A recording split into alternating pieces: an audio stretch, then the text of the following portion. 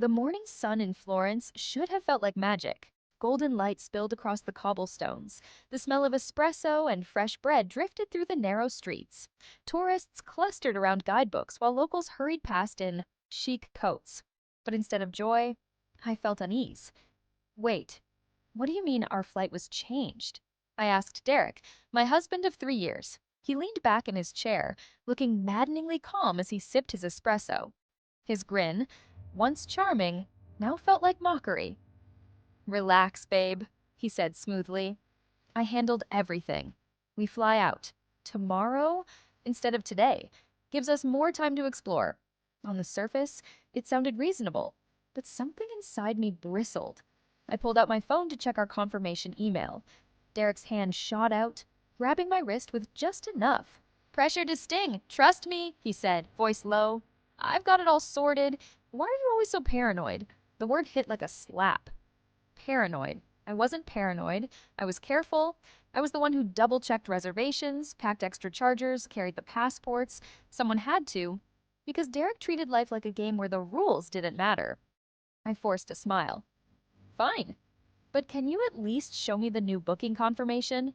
His expression faltered for half a second, coldness flickering across his face, before the grin snapped back. Stop micromanaging, Maryanne. Can't you just enjoy the moment? We're in Italy. I swallowed hard. You're right. I'm sorry. That's my girl. He squeezed my hand, but his eyes were icy. Then, as if dismissing me, he stood. I've got some errands. Why don't you wander around? I'll meet you later. His phone buzzed. Then again. Then again. He kept glancing at it, his lips twitching, with anticipation. When I tried to peek, he shoved it into his pocket. Work stuff, he said lightly, but his laugh was too sharp. I wandered Florence alone. The Uffizi Gallery, Ponte Vecchio, Piazzale Michelangelo, where the city sprawled. Out in red rooftops, it should have been breathtaking, but my chest felt tight the whole time. When I returned to our hotel, the air felt wrong, heavy. Derek was packing, not lazily like his usual disorganized self. No, this was efficient, precise. What's going on? I asked. He didn't pause. Work emergency? Flights tonight? My stomach dropped. But you said our flight was tomorrow. Are we both leaving early? He stopped folding. For the briefest moment, I thought I saw guilt. Or was it excitement? Actually, there was a mix-up. My flight's tonight. Yours is tomorrow. Tried to fix it, but no luck. His words were smooth. Too smooth. A mix-up? Derek, that doesn't make sense. Can't we call the airline? Already tried. Nothing available. Look, it's just one night. Think of it as an adventure.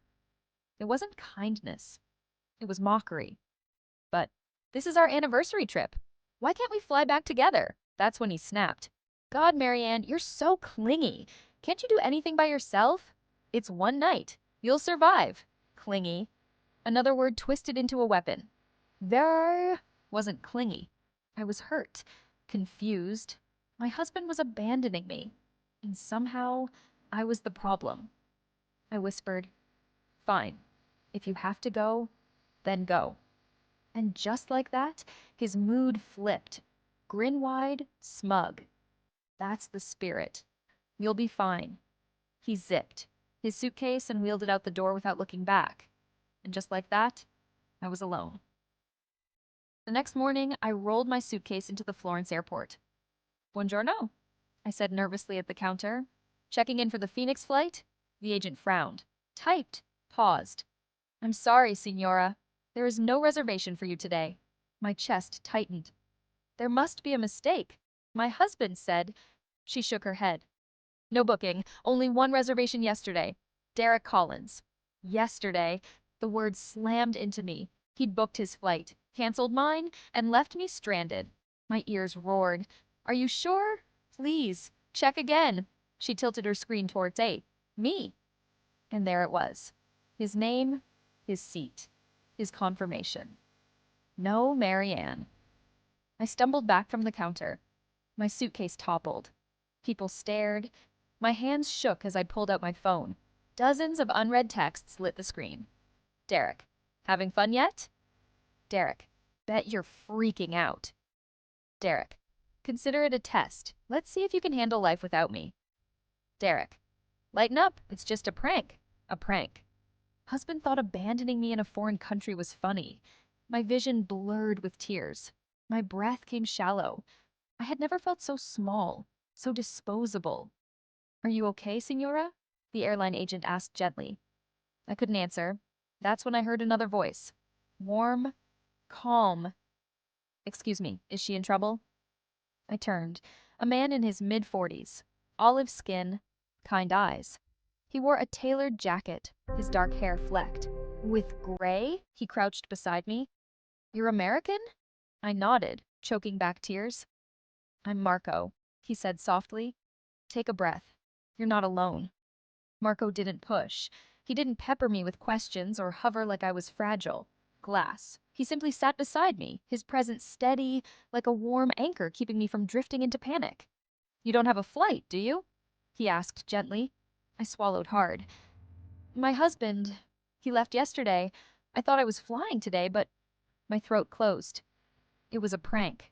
Marco's brow furrowed. Not the polite kind of frown people give when they don't know what to say. This was genuine disbelief. Then quiet anger. A prank? He repeated, his Italian accent soft but weighted. Tears burned my eyes. I nodded. He canceled my ticket.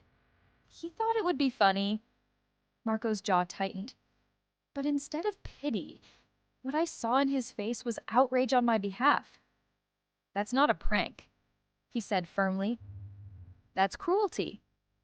The words sank into me. Cruelty. Yes, that was exactly what it was.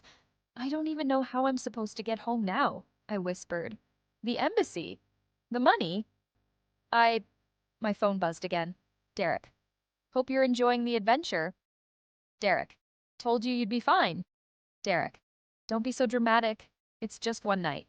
My hands shook as I shoved the phone back in my bag. Marco seemed to understand without me explaining. He rose gracefully and extended a hand.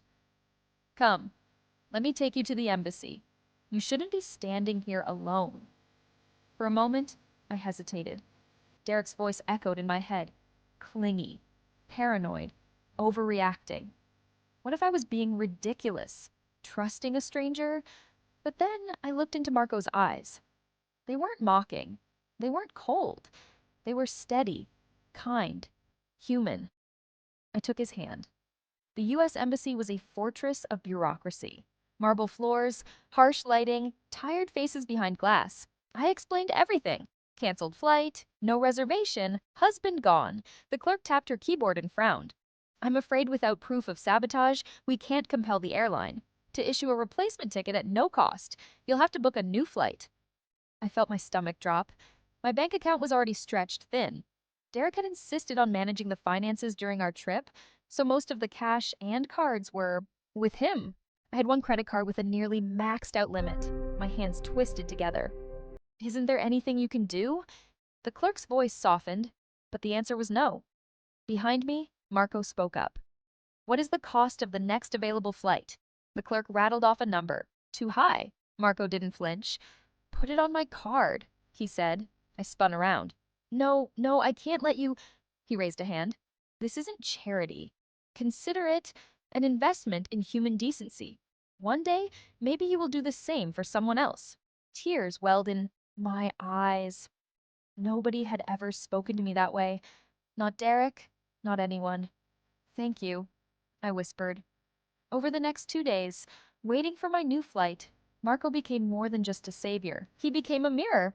He introduced me to his mother, Signora Benedetti, who ran a family-owned bed and breakfast just outside Florence. A warm woman with silver hair and a laugh like church bells. She insisted I eat with them, pressed homemade, pasta into my hands, treated me like a daughter. It was surreal. Derek had mocked me for years, called me boring, needy, dramatic. But here, with strangers, I felt seen, valued. Every time Derek's texts buzzed, the contrast grew sharper. Derek, you better be grateful. This will toughen you up. Derek, don't tell anyone about this. They'll just laugh at you. Derek, when you get home, we'll laugh about this together. I stared at those words, and for the first time, I didn't feel small. I felt angry. When Marco asked, "Why do you stay with a man like that?" I didn't have an answer. By the time I boarded my replacement flight home, the decision was made. It wasn't sudden, it wasn't impulsive, it was clarity. Derek met me at the airport with a grin plastered on his face. "See? You survived. I told you it was just a little test." I looked at him, really looked at him, for the first time in years. The smug tilt of his chin, the eyes that never softened, the mouth that only smiled when it was at someone else's expense. And I thought, I don't love you. Not anymore. The unraveling of Derek Collins was almost too easy. First came HR. Derek had bragged to coworkers about his Italy prank, painting it like a hilarious joke, but not everyone laughed. HR called it what it was: spousal neglect, a liability for the company's image. Then came his friends. Once charmed by his bravado, they recoiled as the story spread. At dinners, people stopped inviting him.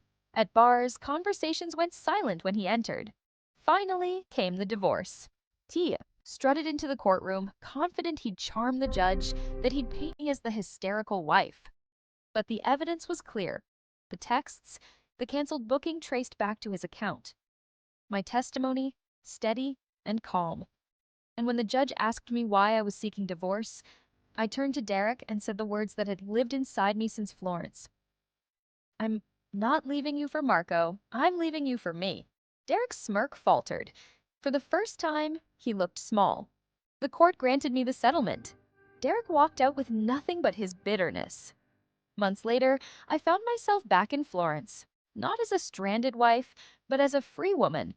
Marco and his mother greeted me at the little bed and breakfast. I had come to help them expand, using the small inheritance I'd reclaimed in the divorce.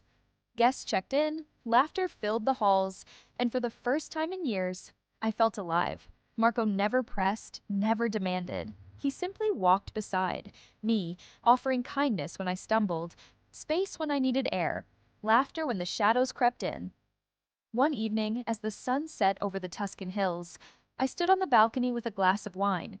The air smelled of olives and rosemary. The bells of Florence rang faintly in the distance, and I thought of Derek. Alone, bitter, laughing at no one. Revenge hadn't come in fire or fury. It had come in silence, in peace, in reclaiming the life he tried to shrink. He had stranded me in Italy, and in doing so, he had freed me.